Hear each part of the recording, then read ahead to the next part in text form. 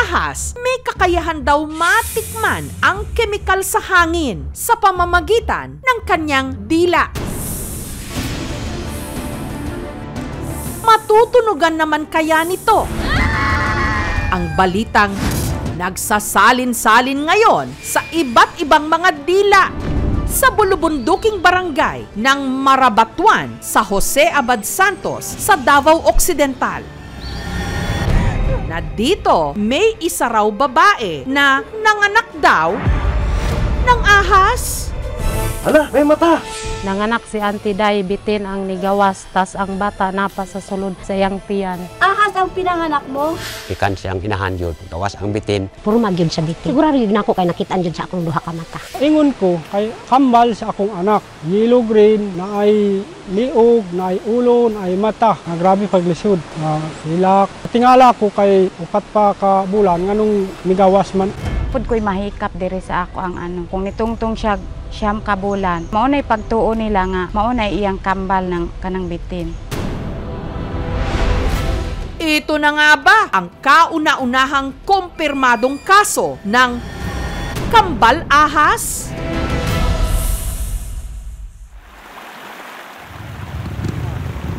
Isang oras sakay ng habal-habal. At 3 oras na trekking ang kinailangang bunuin bago marating ang munting kubong ito. Kung saan naroon ang 30 anyos na si Sheila na malaki at matigas pa rin ang tiyan at ang kanyang kinakasama, ang magsasakang si Mario. Una na kong bana, na anak ko'y anak babae. Gusto man ko nga magkaanak unta pero lalaki. Mo nga, naningkamot jud ko kaampo sa Ginoo nga matagaan unta mig anak. Nito raw Oktubre, nung nakaramdam si Sheila ng pagkahilo at madalas na pagduduwal. Mao ni resulta sa akong pagtest, sa akong pagbubuntis. Positive po. Nalipay kaayo ko kay ingon ko sa Ginoo nga Lord, salamat. Nga nangandoy ko, gusto na ko mga anak ko. Kita na ko nga nagpiti siya, nga positive, nalipay ko. Pero nitong nakaraang linggo, sa ika-4 na buwan pa lang ng pagdadalang tao ni Sheila, madalas na raw sumasakit ang kanyang tiyan. Niabot bitaw sa punto nga nga nagbreeding bitaw ko atong ingon akong bana, magampo sa Lord, pakita imong milagro nga mugawas ang dautan dito sa iyang tiyan. At laking panghihilakbot daw nila nung kung walang ano-ano. Nainigawas sa akong perta nga bitin jud siya, ma'am. Nahadlok, ma'am, nakakita sa yang migawas sa iya. Nasa 6 inches daw ang laki nito, kulay yellow-green at mamasa-masa. Dili na ko ma-explain ang itsura niya kay syempre wala pa man siya ni tukma sa tamang buwan. Ahas talaga siya. Picturan unta to namo pero wala may cellphone sa amo ang sa lugar namo. Hala, may mata! Ako mismo ang nakakita nga bitin yun ang naadir sa salog. Ikan siyang inahan yun, gawas ang bitin. Kambal ato nga baby ni Ate Sheila. Kato jud ang kambal kay bitin man gyud nga pagkaporma. Ang di umano iniluwal na ahas ni Sheila, patay na. Kaya agad daw nila itong inilibing. Gibutang namo sa sinina. Bago niya gilubong kanang daghan bitaw makikita para kung nay dili mamutuo basta naa na may witness nga maugyod na siya. Ahas ang kambal ng baby mo? Ito sa uban na nag-ingon nga swerte daw ang magkambal kanang ahas. Hilok kami, dili ni magtuo, magkambal ang bibi nga ahas. Ang mga kwento tungkol sa mga kambal ahas, matagal nang pumupulupot sa malikot nating imahinasyon. Dating kwentong bayan na kinalaunan, naging tema rin ng mga teleserye. Kahit nga hindi nila ako kilala, pinatuloy nila ako dito. Isa sa mga bansa na naka-impluwensya sa Pilipinas ay India, kung saan dinala nila yung Hinduismo na naniniwala na ang ahas ay nagdadala ng swerte. Pinapaniwalaan nila na ang ahas ay nagdudulot ng fertility, prosperity. So positive ang dating ng ahas sa sinaunang Pilipino.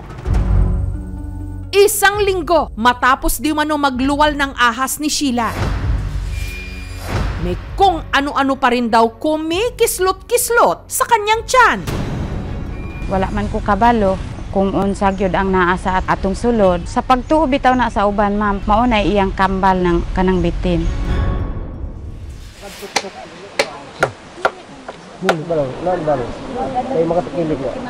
Tungod sa kalisod sa among dalan, tungod sa kalisod sa akong misis, ang ilang gigamit duyan pero sako, tapos kahoy ang ilang gialsahan sa akong misis. Sinamahan sila ng aming team na bumaba ng bundok.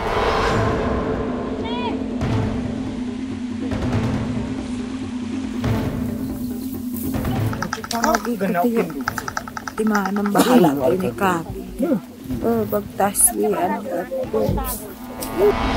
At bumiyahe ng 6 na oras papuntang Davao City para magpa-check up.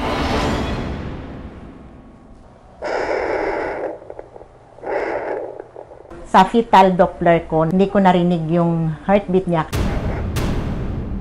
I request ultrasound. Ano kaya ang makikita sa ultrasound ni Sheila? Sanggol nga ba ito? Kana anak ko sakit? Sakit? Bitin ang akong nakita. Ngayon nahadlok ko. Asa naman to? Nilubong na ako, kaya nahadlok ko na siya. Dako kaayo. Gamay.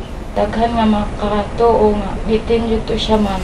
Abangan mamaya! Babae mula sa Jose Abad Santos sa Davao Occidental.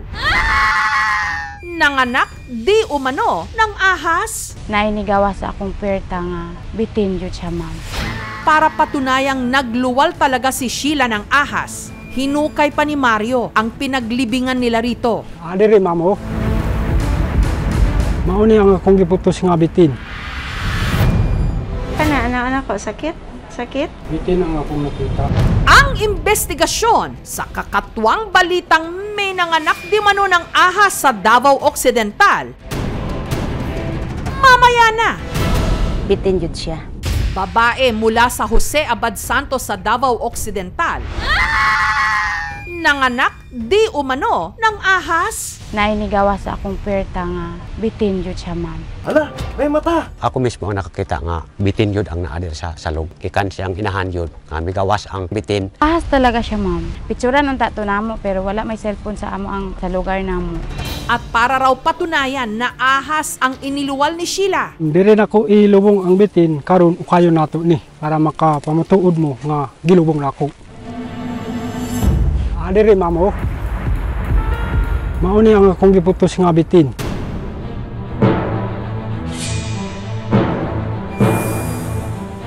Oh, kita mo.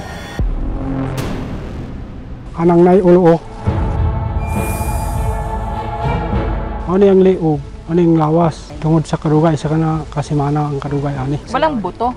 Ambot lang. Wala. Bisan pa ang ulo sa kuan sa porma niya, bitin yun. Di yun malalis bitin. Bitin yun siya.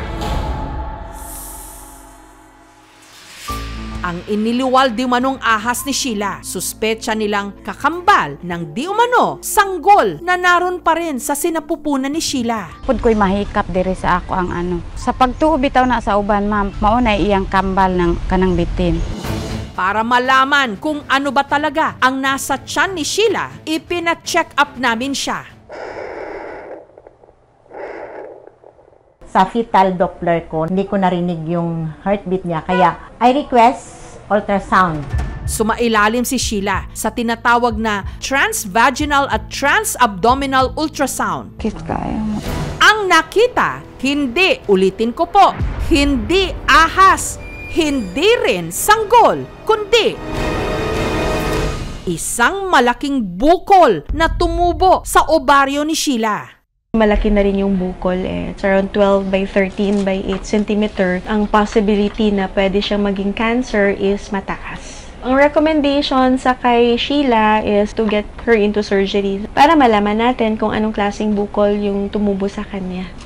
Nganong nahilak man ka kay dili ka makatuo nga dili ka buntis? Sige lang, try and try lang. Chance pa, Dok, na magbuntis siya? Oo naman, kasi she's 30-year-old. Tapos nanganak na siya before. Tanggap gihapon ako kay dili siya para sa amo. Pero kung hindi totoong buntis si Sheila, paano paanong nag-positive siya sa pregnancy test?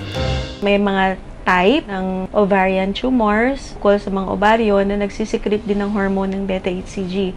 So, posible talagang maging positive yung pregnancy test niya kahit na hindi siya buntis. Bitin ang akong nakita. Bitin. Oh. Ang bitin, mangitlog man na sa, kumbaga, murag manok ba, di man na siya diretso bitin. So, dili siya bitin. Unya ang tao, dili manganak og bitin.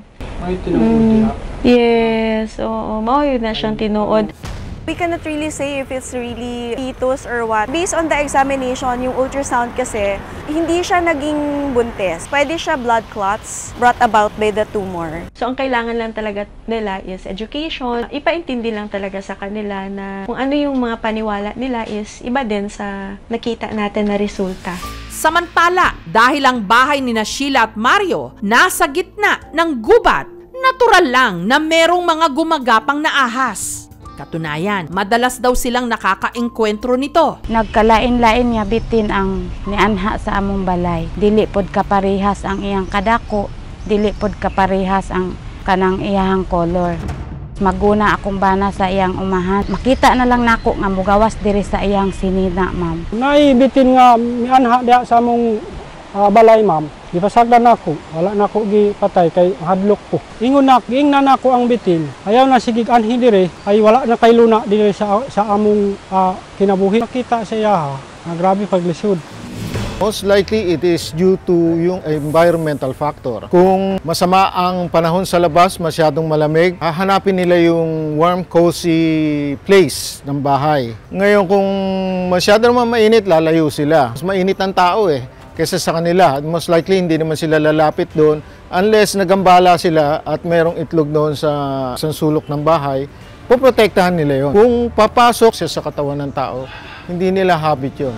Hindi sila parasitic Samantala, nangako ang lokal na pamahalaan ng barangay Marabatuan na tutulungan nila si Sheila. Yan sa transportation po nila, makikater po natin ng LGU po yung libreng pamasahe papunta doon sa hospital. At saka yung may financial assistance din po. At malapit lang po sila dito sa ating medical facilities. So in-offer po natin yung pabahay po natin dito sa kanila. And then while waiting po doon sa schedule po na ooperahan po yung misis po niya. We're having surgical mission in Southern Philippines Medical Center. And since we're considering naman malignancy or cancer on this case, if financially naman, she cannot afford it, so she can be referred there.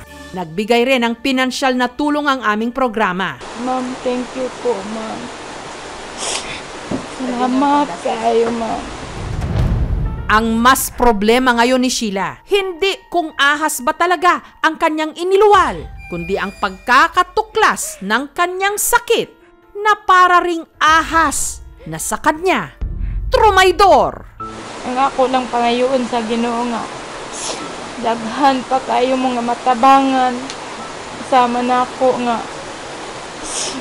pobre.